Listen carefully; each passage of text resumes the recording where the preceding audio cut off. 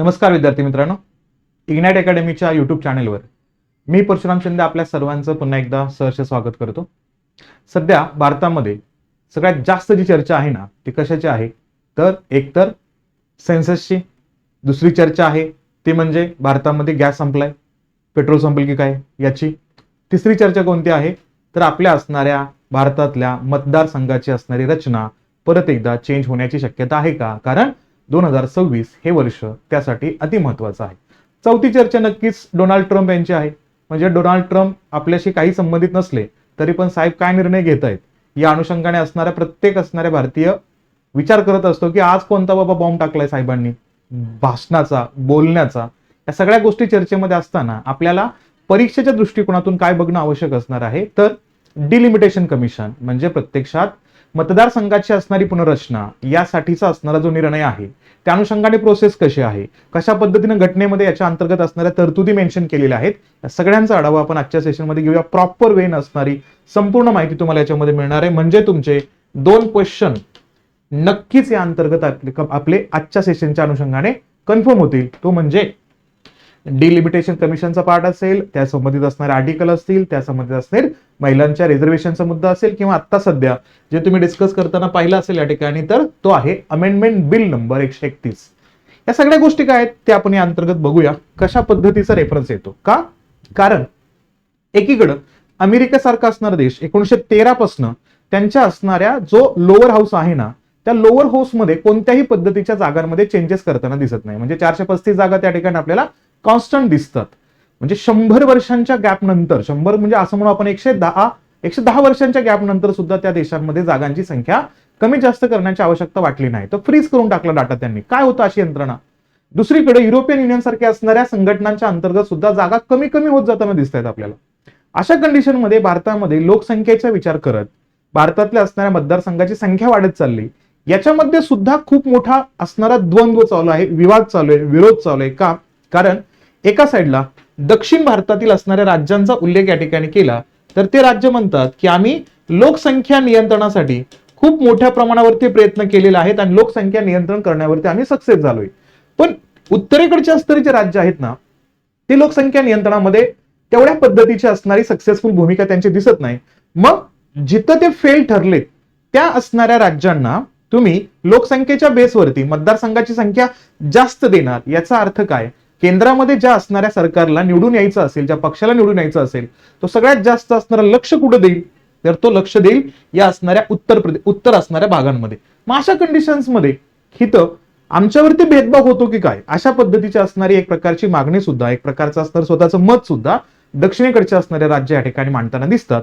आता या सगळ्या मुद्द्यांमध्ये परिसीमन आयोग त्याच्यामध्ये असणाऱ्या लोकशाहीचा रेफरन्स कसा येतो, त्याची लोकशाहीची रूपरेषा कशा पद्धतीने मांडणं आवश्यक आहे. कारण आपल्या भारतामध्ये लोकशाही ही अप्रत्यक्ष प्रकारची लोकशाही स्वीकारलेली आहे, जिथे प्रत्यक्ष जनता कायदा करण्याच्या प्रोसेसमध्ये सहभागी होत नाही. आपण काय करतो, रिप्रेझेंटेटर्सला, लोकप्रतिनिधींना आपण काय करतो, निवडून देतो. मग ते लोकप्रतिनिधी आपली बाजू सभागृहामध्ये मांडतात. मग किती लोकांसाठी एक लोकप्रतिनिधी असावा असा उल्लेख जेव्हा येतो का तेव्हा येतो परिसीमन आयोग. मग आता सध्याच्या कंडिशनमध्ये आपल्या भारतामध्ये एक खासदार किती लोकसंख्येसाठी आहे, कमीत कमी 8,60,000साठी आहे. एक आमदार किती लोकसंख्येसाठी असतो, 75,000 लोकसंख्येसाठी एक आमदार असतो. मग हा डाटा कुठून घेतलाय आपण, हा डाटा घेतलेला आहे 4थ्या परिसीमन आयोगाच्या रिपोर्टनुसार. म्हणजे 2002चा 4था परिसीमन आयोग ज्याचा रिपोर्ट आला 2003ला. मग हे काय आहेत परिसीमन आयोग, हे कशा पद्धतीने या असणाऱ्या मतदारसंघाची रचना बदलतात, किती लोकसंख्येसाठी एक लीडर असला पाहिजे हे ठरवतात. या सगळ्या गोष्टींचा आढावा अप्रत्यक्ष लोकशाहीच्या अंतर्गत घ्यायचा असतो. राजकीय प्रतिनिधित्व आणि भविष्यातील आव्हाने कोणकोणते असतील या सगळ्यांचा उल्लेख या लेक्चरमध्ये होणार आहे. मग त्यासाठी राज्यघटनेत कोणत्या तरतुदी आहेत. मग राज्यघटनेमध्ये प्रायोरिटीने येतात 2 मेजर आर्टिकल. ते आर्टिकल सांगतात, पहिला आर्टिकल आहे कलम नंबर 82. हे काय सांगतो, संसदेमध्ये प्रत्येक जनगणनेनंतर संबंधित असणाऱ्या जागांची संख्या निश्चित करणं हे त्याच्यामध्ये मेन्शन केलेलं आहे. मग इथं काय, परिसीमन कायदा करणं आणि ते बंधनकारक सुद्धा केलेलं आहे. तरी सुद्धा आपल्या भारताच्या आत्ताच्या ज्या जागा आहेत का सभागृहातल्या त्या 1971च्या जनगणनेच्या अनुषंगाने लॉक झालेल्या आहेत. मग असं का झालेलं आहे तेच आपल्याला या असणाऱ्या संपूर्ण प्रोसेसच्या माध्यमातून समजून घ्यायचंय. पण कलम नंबर 82 लक्षात ठेवायचं, संसदेतल्या असणाऱ्या जागा या प्रति असणाऱ्या जनगणनेच्या नंतर चेंज करणं आवश्यक आहे. आणि राज्य विधिमंडळाच्या बाबतीमध्ये पाहिलं तर कलम 170 आहे, जिथं काय केलं जातं या ठिकाणी प्रत्येक जनगणनेनंतर राज्यातील असणारे जे प्रादेशिक मतदारसंघ आहेत का त्यांची सुद्धा संख्या कन्फर्म करणं आवश्यक आहे. मग स्पेसिफिकली या ठिकाणी मी महाराष्ट्र दर्शवलाय, याचा अर्थ फक्त महाराष्ट्रासाठी आहे का तर नाही, प्रत्येक राज्यांसाठी आहे. ज्या केंद्रशासित प्रदेशांमध्ये विधानसभा असेल, विधिमंडळ असेल, तिथं सुद्धा मतदारसंघाची असणारी पुनर्रचना या ठिकाणी होणार आहे.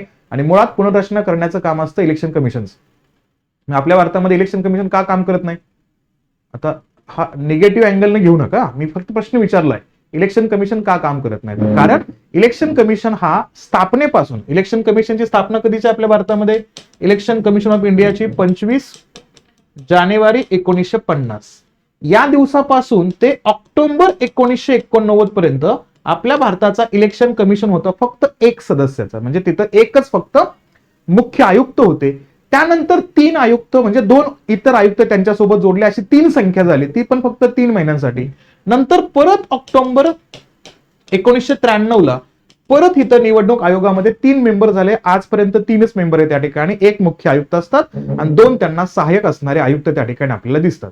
मग अशा कंडिशन्स मध्ये इलेक्शन कमिशन मध्ये जर एकच मेंबर असेल तर तो सगळ्या गोष्टींची जबाबदारी घेऊ शकत नाही. म्हणून इलेक्शन कमिशनच्या अंडरच स्थापन केला जातो परिसीमन आयोग, डिलिमिटेशन कमिशन, जो मतदारसंघाची असणारी रचना या ठिकाणी निश्चित करताना दिसतो. हे लक्षात घ्यायचं. मग राज्याला मिळणाऱ्या लोकसभेच्या जागा, राज्याची लोकसंख्या यांचं गुणोत्तर सर्व राज्यांसाठी शक्य तितकं समान असावं, हे काम आपल्याला इलेक्शन कमिशन आणि परिसीमन आयोग या ठिकाणी करताना दिसतो. आता याच्यामध्ये सुद्धा सगळ्यात महत्वाचा मुद्दा आहे की आपल्या भारतामध्ये रिझर्वेशन आहे का? पॉलिटिकल रिझर्वेशन, राजकीय आरक्षण आहे का? तर यस आहे. मग राजकीय आरक्षण हे कोणाला दिलं जातं? यासाठी राज्यघटनेमध्ये आहे भाग नंबर 16, आणि भाग नंबर 16 मधले 5 आर्टिकल आपण कंपल्सरी लक्षात ठेवायचे. कोणते? कलम 330 पासून कलम 334 पर्यंतचे मुद्दे या ठिकाणी असतील. कसे? कारण त्या असणाऱ्या आरक्षणाशी संबंधित असणाऱ्या जागांचा विचार करता ते कुठल्या मतदारसंघामध्ये असले पाहिजेत, हाही मुद्दा खूप महत्वाचा आहे. मग जर आता जागा वाढवून देणार असतील, आता जागा वाढवायची आवश्यकता असेल, तर मग ज्यांच्यासाठी रिझर्वेशन आहे त्यांच्या जागा सुद्धा वाढल्या पाहिजेत. मग त्याच्यासाठी प्रोव्हिजन राज्यघटनेत आहे का? तर आहे. मग कोणाला दिलं जातं पॉलिटिकल रिझर्वेशन? SC, ST आणि दिलं जात होतं अँग्लो इंडियनला. त्या अँग्लो इंडियनचं रिझर्वेशन कॅन्सल झालेलं आहे. त्या अनुषंगाने पाहिलं तर फक्त आता सध्याच्या कंडिशनमध्ये SC, STचा मुद्दा येतो. याच्यामध्ये महिलांच्या बाबतीमध्ये नारी शक्ती वंदन अधिनियमाचं रूपांतर कायद्यामध्ये झालं आणि तिथं 106व्या क्रमांकाची घटना दुरुस्ती होताना दिसते. आणि त्या असणाऱ्या महिलांच्या 33% आरक्षणासाठीचं बिल नंबर कोणता होता? तर तो होता 128 नंबरचा असणारा विधेयकाचा नंबर, आणि त्याच्यावरती घटना दुरुस्ती झाली कितव्या क्रमांकाची? 106 क्रमांकाची झाली. आणि मग महिलांसाठी रिझर्वेशनचा मुद्दा इथे ऍड होताना दिसतोय. पॉलिटिकल रिझर्वेशन आता सध्याच्या कंडिशनमध्ये कोणाकोणाला आहे? SC ला आहे, ST ला आहे, महिलांना आहे. अँग्लो इंडियनला होतं, ते अँग्लो इंडियनसाठी 104 क्रमांकाच्या घटना दुरुस्तीचा उल्लेख करतो आपण 2019 ला, आणि अँग्लो इंडियनचं रिझर्वेशन ड्रॉप केलेलं आहे. त्यामुळे ह्या 2 घटना दुरुस्त्या लक्षात ठेवायचं आपल्याला. मग कोणते 5 आर्टिकल? 330, 331 हे 2 कलम आहेत. कोणासाठी? तर हे लोकसभेसाठी रिझर्वेशन आहे. 332, 333 हे कोणासाठी आहे? हे विधानसभेसाठी रिझर्वेशन आहे. मग 330 कलम कोणासाठी? लोकसभेत SC, ST ला रिझर्वेशन. आता सद्य परिस्थितीमध्ये लोकसभेमध्ये SC चे खासदार किती आहेत, ST चे खासदार किती आहेत असा क्वेश्चन केला तरी लक्षात ठेवायचं 84 आणि 47 हे नंबर्स लक्षात ठेवायचे. 331 काय सांगतो? लोकसभेमध्ये अँग्लो इंडियनला रिझर्वेशन असेल. किती जागा होत्या अँग्लो इंडियनसाठी? 2 जागा होत्या. त्या 104 क्रमांकाच्या घटना दुरुस्तीनं 2019 ला कॅन्सल झालेल्या आहेत, हे लक्षात ठेवायचं. 332 कलमाचा उल्लेख केला. विधानसभेमध्ये कोणाला रिझर्वेशन? SC, ST ला रिझर्वेशन. मग विधानसभा आपण महाराष्ट्राची विधानसभा घेऊया. महाराष्ट्राच्या विधानसभेमध्ये मेंबर आहे 288. त्यामध्ये SC चे आमदार किती, ST चे आमदार किती तेही लक्षात ठेवायचं आहे. 29 आमदार आहेत SC चे आणि 25 आमदार आहेत ST चे. आणि कलम 333 काय सांगतं? विधानसभेमध्ये कोणाला? तर विधानसभेमध्ये अँग्लो इंडियनला रिझर्वेशन असेल. किती जागा? 1 जागा. ते आपण 104 क्रमांकाच्या घटना दुरुस्तीनं 2019 पासून ड्रॉप होतं ना, बघतो. आणि शेवटचं कलम आहे 334. याच्यामध्ये काय करण्यात आलेलं आहे, दिलेलं आरक्षण हे 10 वर्षापर्यंत मर्यादित असेल. रिझर्वेशनची लिमिट सांगितली होती 10 वर्षांची, तेही आपल्याला लक्षात ठेवायचं आहे. त्या अनुषंगाने उल्लेख केला तर 1960 ला आरक्षण कॅन्सल व्हायला पाहिजे होतं, झालं का? नाही, कारण तिथं परत रिझर्वेशनच्या अनुषंगाने घटना दुरुस्त्या झाल्या आणि हे असणारे मुद्दे वाढताना दिसतात आपल्याला. मग इथं काय करण्यात आलं, इथं 8वी घटना दुरुस्ती करण्यात आली 1960 ला आणि रिझर्वेशन परत किती वर्षांनी वाढवले या ठिकाणी, तर इथं 10 वर्षांनी रिझर्वेशन वाढताना दिसतं, हे इथं लक्षात ठेवायचं. हा असणारा पहिला मुद्दा. त्यानंतर काय करण्यात आलं, त्यानंतर 1969 ला 23व्या क्रमांकाची घटना दुरुस्ती झाली आणि परत काय करण्यात आलं, रिझर्वेशन 10 वर्षांनी वाढवण्यात आलं. असं रिझर्वेशन वाढवत वाढत गेलं. आता परत 104 क्रमांकाची घटना दुरुस्ती झाली. कधी? 2019 ला. रिझर्वेशन परत किती वर्षांनी वाढवलेलं आहे, 10 वर्षांनी वाढवलेलं आहे. हे लक्षातच ठेवायचे मुद्दे. आता महिलांसाठी 33% आरक्षणाचा मुद्दा वाढवायचा आहे विधानसभा आणि लोकसभेमध्ये, तर त्यासाठी कलम वाढवलेत का, तर सिंपल लक्षात घ्यायचं. काय? अँग्लो इंडियनचं 331 नाही, आता 333 नाहीये राज्यामध्ये. मग फक्त कुठं राहिलंय, मग 330च्या अंतर्गत एक नवीन आर्टिकल ऍड केलं, ते म्हणजे 330 कॅपिटल ए. महिलांसाठी लोकसभेत किती टक्के रिझर्वेशन, 33% रिझर्वेशन असेल. 332 मध्ये अजून एक आर्टिकल ऍड केलं, 332 कॅपिटल ए. विधानसभेत महिलांना किती टक्के, 33% रिझर्वेशन असेल, हे लक्षात ठेवायचं. आणि इथं परत 334 कॅपिटल ए रिझर्वेशन साठीच्या अनुषंगाने महिलांसाठी वाढवलं आणि महिलांना सांगितलं रिझर्वेशन किती वर्षांसाठी असेल, 15 वर्षांसाठी. फरक काय? बाकी सगळ्यांसाठी 10 वर्षाची मर्यादा, तर महिलांसाठी 15 वर्षांची मर्यादा असेल. म्हणजे जागांची संख्या बदलायची असेल तर रिझर्व असणाऱ्या जागांच्या बाबतीमध्ये सुद्धा निर्णय होणं आवश्यक असणार आहे, तो तुम्हाला होताना दिसणार आहे, हे लक्षात घ्यायचं. मग हा जो परिसीमन आयोग असतो त्याची रचना कशी असते, त्याचे अधिकार कोणते असतात, तर लक्षात घ्यायचं. भारताच्या राष्ट्रपतींद्वारे काय केलं जातात, भारतीय निवडणूक आयोगाच्या सहकार्यानं याचं कार्य चालतं. म्हणजे इलेक्शन कमिशन हे घटनेमध्ये उल्लेख आहे, डिलिमिटेशन कमिशन हा शब्द राज्यघटनेत नाहीये. फक्त तो इलेक्शन कमिशनच्याच माध्यमातून निर्माण केला जातो. राष्ट्रपती त्या ठिकाणी प्रमुख आणि सदस्यांची नियुक्ती करतात, हे लक्षात घ्यायचं. रचना कशी असते याच्यामध्ये, सुप्रीम कोर्टाचे असणारे रिटायर्ड जज याच्यामध्ये घेतले जातात. मुख्य निवडणूक आयुक्त इथं असतात सपोर्टिव्ह साठी, कारण इलेक्शन कमिशनचा असणारा कंट्रोल त्यांच्यावर असणार आहे. आणि संबंधित राज्यांचे निवडणूक आयुक्त याच्यामध्ये सहभागी घेतात, हे लक्षात घ्यायचं. आणि यांचं काम काय असेल, महत्वपूर्ण काम, लोकसंख्येच्या असणाऱ्या बाबतीमध्ये समान रचना करायचे. प्रत्येक राज्यामध्ये या ठिकाणी भेदभाव होता कामा नये. कमीत कमी एवढी लोकसंख्या असली पाहिजे बाबा एका मतदारसंघासाठी, याचा असणारा डाटा कन्फर्म करतात. सोबतच काय, अनुसूचित जाती जमातींसाठी असणाऱ्या राखीव जागा निश्चित करण्याचं काम यांच्याकडे असणार आहे. आणि प्लस महत्वाचा मुद्दा जर बघितला, हा एक अत्यंत शक्तिशाली आयोग आहे. अधिकाराचा उल्लेख केला तर यांच्या आदेशांना कायद्याचं स्वरूप असतं आणि कोणत्याही न्यायालयात त्याला आव्हान देता येत नाही.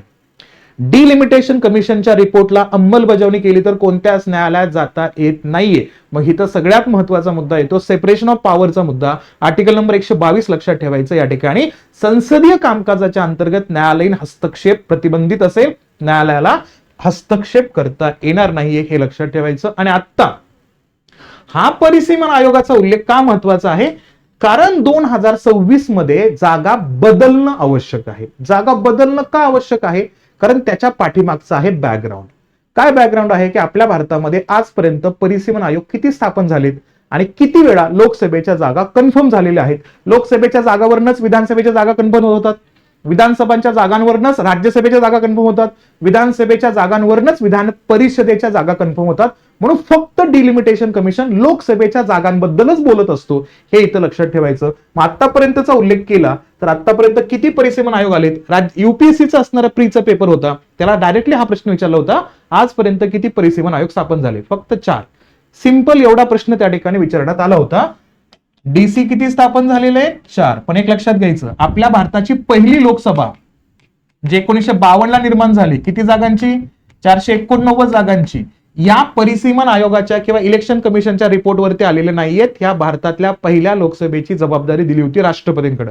राष्ट्रपतींनी ती जबाबदारी दिली कोणाला, राष्ट्रीय पक्षांना. त्यांच्या माध्यमातून जागा कन्फर्म झाल्या या, आणि त्याच्यातून इलेक्शन झाले आणि मग त्याच्या माध्यमातून काँग्रेसला जागा या ठिकाणी मिळाल्या. किती, तर 365.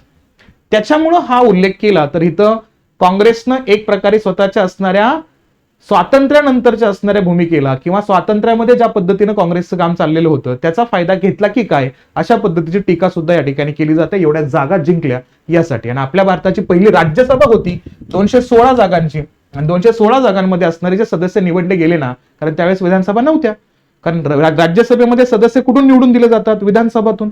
मग तिथं सदस्य कसे निवडले गेले, राष्ट्रपतींसमोर चिठ्ठ्या टाकल्या आणि त्यानुसार सदस्यांची निवड झाली. असे किती लोक होते, तर 216 लोक होते राज्यसभेमध्ये. लक्षात ठेवायचं, पहिल्या लोकसभा राज्यसभेच्या निवडणुकांसाठी डीसीचा काही संबंध नाहीये. बाकी या ठिकाणी 4 डीसी येतात. कोणते 4 डीसी आहेत? पहिला डीसी येतो 1952 ला, पहिला डीसी रिपोर्ट देतो 1953 ला. आणि काय सांगतो इथं, लोकसभेच्या मतदारसंघाची जागा ठरवायची आहे, संख्या ठरवायची आहे, त्यासाठी जनगणना कोणती घ्यायची, तो म्हणतो जनगणना घ्या 1951 ची. आणि लोकसभेचे मतदारसंघ किती असले पाहिजेत असं म्हणतात, तर ते म्हणतात मतदारसंघ असले पाहिजे 500. आणि हे 500 मतदारसंघाची लिमिट कधीपर्यंत असेल, किती वर्षापर्यंत चालू द्या, 10 वर्षापर्यंत चालू द्या असं म्हणतं. मग दुसरा परिसीमन आयोग कधी येतो, मग यासाठी आहे कायदा, कधीचा, 1962चा. प्रत्यक्षात त्याची असणारी स्थापना कधीची आहे, स्थापना सुद्धा आहे 63ची, आणि रिपोर्ट सुद्धा कधी येतो, 1963 लाच येतो. पण त्याच्या अगोदरच संसद काय करतो, संसद करतो 14वी घटना दुरुस्ती 1962-63 ला, आणि लोकसभेचे मतदारसंघाची जागा करतो तो 525. आणि जेव्हा रिपोर्ट येतो ना डीसीचा, रिपोर्ट येतो 63 ला, त्या रिपोर्ट मध्ये तो जनगणना घेतो कधीची, 1961 ची जनगणना घेतो. आणि या जनगणनेच्या आधारे लोकसभेचे मतदारसंघ तो एवढेच ठेवतो, किती, 525. आणि हे लिमिट ठेवतो किती वर्षांपर्यंत चालेल, हे म्हणतो की पुढचे 10 वर्षापर्यंत हे चालेल, काही हरकत नाही. मग 10 वर्षानंतर या ठिकाणी कायदा तयार केला जातो 72 ला. डीसीचा कायदा कधीचा आहे, 72 ला. प्रत्यक्षात असणारी स्थापना डीसीची असणारी प्रत्यक्ष स्थापना कधीची आहे, मग 1973 ची. रिपोर्ट कधी येतो, 1976 ला येतो. म्हणजे रिपोर्ट थोडा लेट येतो, कारण आणीबाणीचा असणारा कार्यकाल आहे या ठिकाणी. आणि त्या अनुषंगाने पाहिलं तर इथं रिपोर्ट लेट येतोय, पण कार्यकाल 10 वर्षाचा संपलाय. म्हणून संसद काय करतो, संसद अजून एक घटना दुरुस्ती करतो, कितवी, 31व्या क्रमांकाची घटना दुरुस्ती करतो 1973 ला. आणि लोकसभेचे मतदारसंघ सांगतो की 545 पर्यंत असतील. किती, 545. न्यूज मध्ये मी सध्या खूप भयंकर असणारा डाटा बघतोय, 543. ते आत्ताच्या डाटाबद्दल बोलतायत साहेब लोक, या ठिकाणी फसू नका. झाला किती सांगितलं होत्या, 545. कारण आता चर्चा तीच चालू आहे ना, की बाबा 543 जागांच्या 850 जागा होतील. ते नंतरच्या गोष्टी, पहिल्यांदा रेफरन्स लक्षात घ्यायचा, मूळ जागा किती होत्या हे खूप महत्वाचं आहे. 545 जागांचा रेफरन्स घेतला होता. आणि जेव्हा रिपोर्ट आला ना डीसीचा, कधी आला, 1976 ला, तेव्हा तो काय म्हणतोय, तेव्हा तो म्हणतो की जनगणना कोणती स्वीकारा, तो म्हणतो 1971 ची जनगणना स्वीकारा. लोकसभेचे मतदारसंघ कितीपर्यंत वाढवू शकता, तो म्हणतोय 570 पर्यंत वाढवू शकता. कितीपर्यंत, 570 पर्यंत. पण लोकसभेच्या जागा किती ठरवल्या मग आपण, 552. मग 552 हे 545 आणि 570 याच्या दरम्यानचा असणारा रेफरन्स या ठिकाणी येतोय, हे लक्षात घ्यायचा. आणि हिथं सांगितलं की याची असणारी लिमिट ही कधीपर्यंत असेल, लिमिट ठरवण्यासाठीच आणली 42वी घटना दुरुस्ती 1976 ला. आणि सांगितलं इसवी सन 2000 पर्यंत या जागांमध्ये बदल करायची कोणतीही आवश्यकता नाहीये. अशा कंडिशन्स मध्ये पाहिलं तर काय झालं, या ठिकाणी इसवी सन 2000 पर्यंत कोणतेही बदल होताना दिसणार नाहीत आपल्याला या ठिकाणी. आणि उल्लेख केला तर झालं कसं इथं, की या असणाऱ्या 2000 पर्यंतच दक्षिणेकडच्या असणाऱ्या राज्यांनी लोकसंख्या नियंत्रणावरती खूप जास्त कार्य केलं. त्यामुळं हिथं लोकसंख्या कंट्रोलमध्ये आणली त्यांनी, पण उत्तरेकडच्या असणाऱ्या राज्यांची लोकसंख्या अफाट वाढत चालली.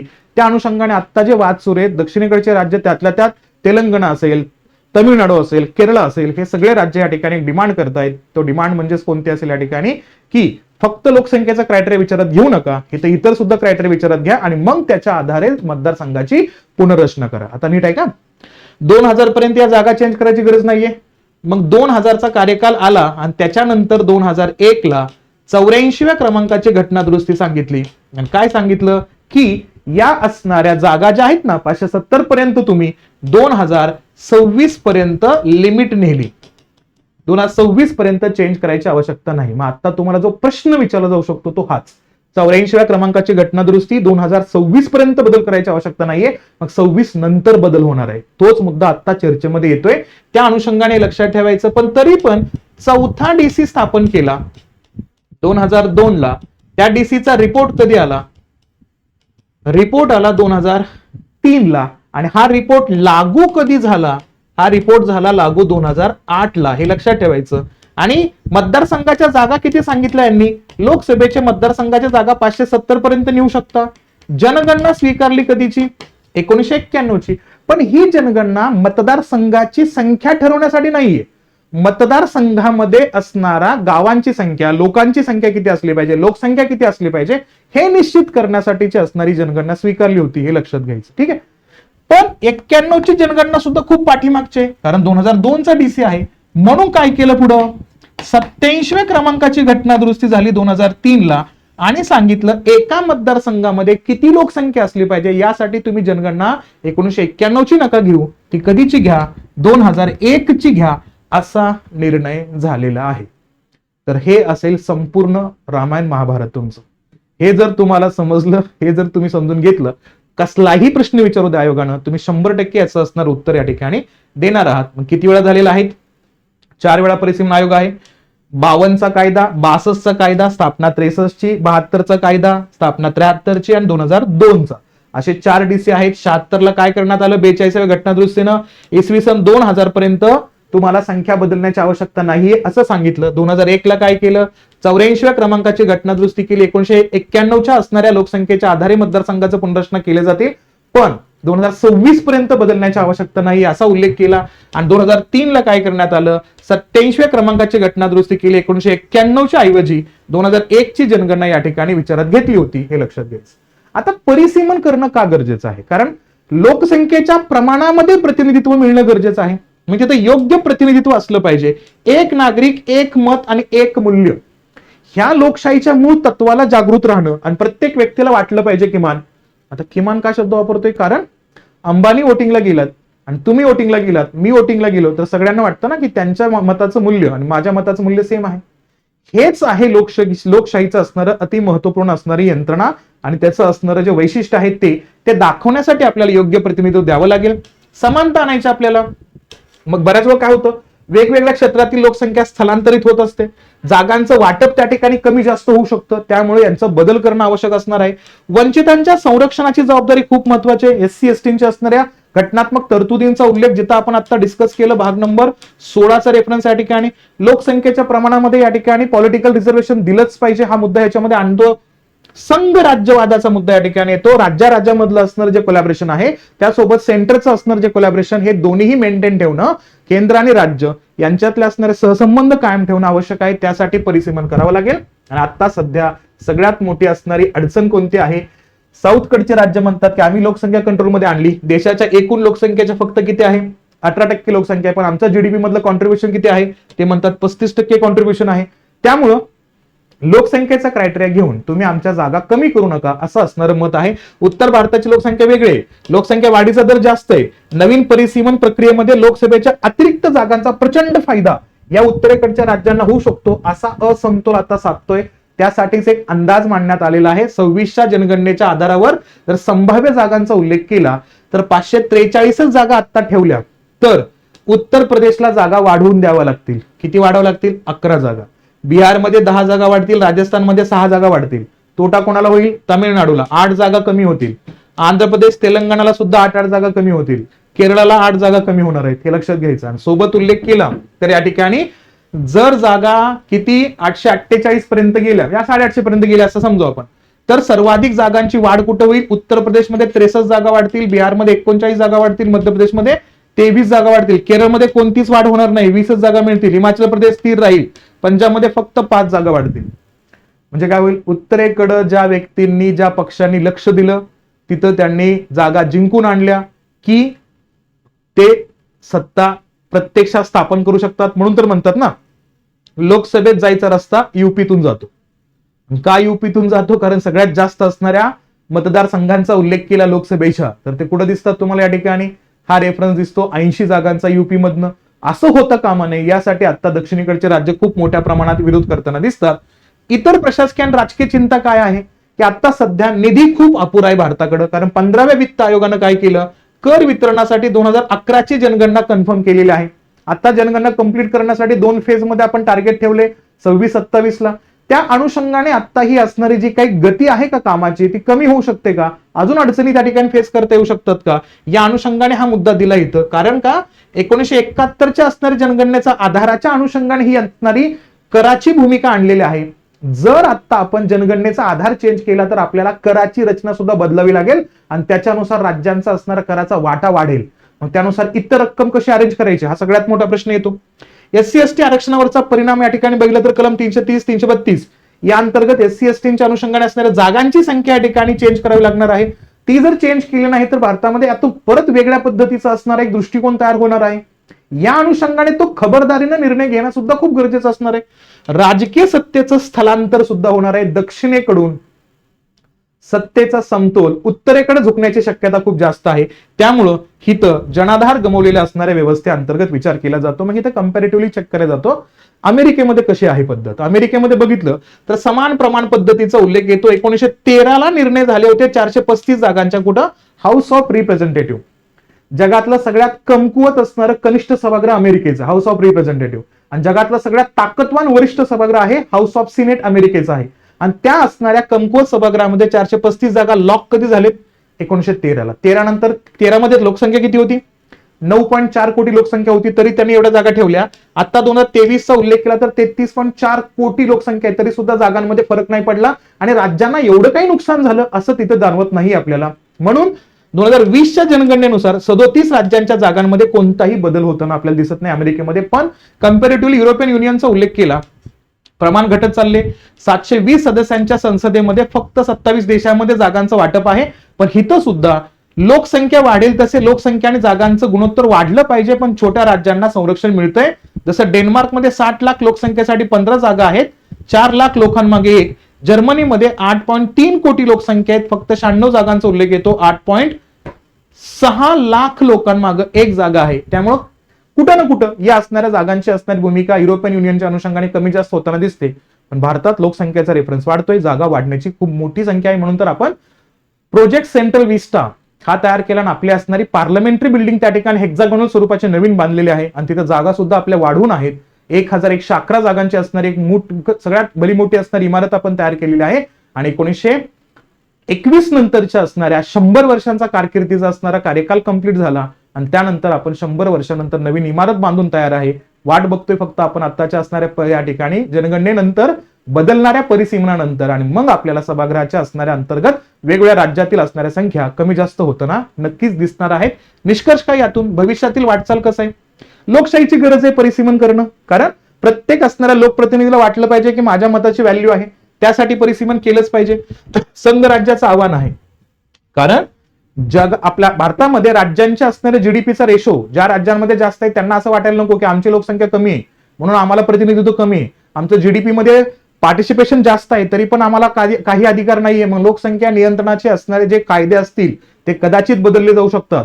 जसं चायनामध्ये अगोदर 1 चाइल्ड पॉलिसी होती, चायनाची असणारी लोकसंख्या ही कमी व्हायला लागली आणि त्याचा वाढीचा दर जो आहे ना तो 1.5 पर्यंत आला. तो तसं असूनही जगामध्ये जर लोकसंख्या असणाऱ्या आज जी लोकसंख्या आहे ती दशकानंतर तेवढीच लोकसंख्या पाहिजे असेल तर वाढीचा दर हा 2.1 पाहिजे. पण चायनामध्ये डिक्लाइन होत चाललेला आहे, त्यामुळे चायनानं 1 चाइल्ड पॉलिसी कॅन्सल केली आणि आता या ठिकाणी चायनामध्ये 3 चाइल्ड पॉलिसीचे असणारे विचार केले जात आहेत.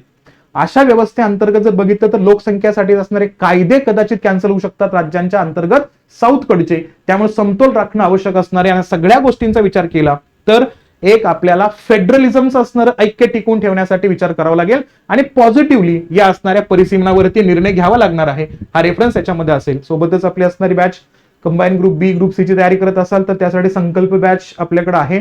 या अनुषंगाने असणारे ऍडमिशन सुरू आहेत, तुम्ही त्यासाठी जॉईन करू शकता. यासाठी इग्नाइट अकॅडमीचं असणारं ऍप्लिकेशन गुगल प्ले स्टोअरवरती जाऊन डाउनलोड करा आणि त्याच्या माध्यमातून तुम्ही या बॅचला इझिली जॉईन करू शकता. आणि यासाठी तुमच्या कोणत्या असणारे क्वेरीज असतील तर हा नंबर आहे तुमच्याकडं 8888996116 या असणाऱ्या कॉन्टॅक्ट नंबरवरती तुम्ही कॉन्टॅक्ट करू शकता. ठीक आहे, चालेल. थांबूया मग साहेब लोक. सेशन आवडलं असेल तर लाईक करा, जास्तीत जास्त विद्यार्थ्यांपर्यंत शेअर करा. चॅनलवरती नवीन असाल तर सबस्क्राईब नक्कीच करा. भेटूया नेक्स्ट सेशनला. अशाच क्वालिटी वाईज सेशनच्या अनुषंगाने आपण नवीन सेशन घेऊन येऊया. कंटेंट गरजेचं आहे अभ्यासामध्ये, त्या अनुषंगाने सेशन्स असतील. थांबूया इथं, आपण भेटूया नेक्स्ट सेशनला. तोपर्यंत काळजी घ्या आणि अभ्यास करत राहा. थँक्यू.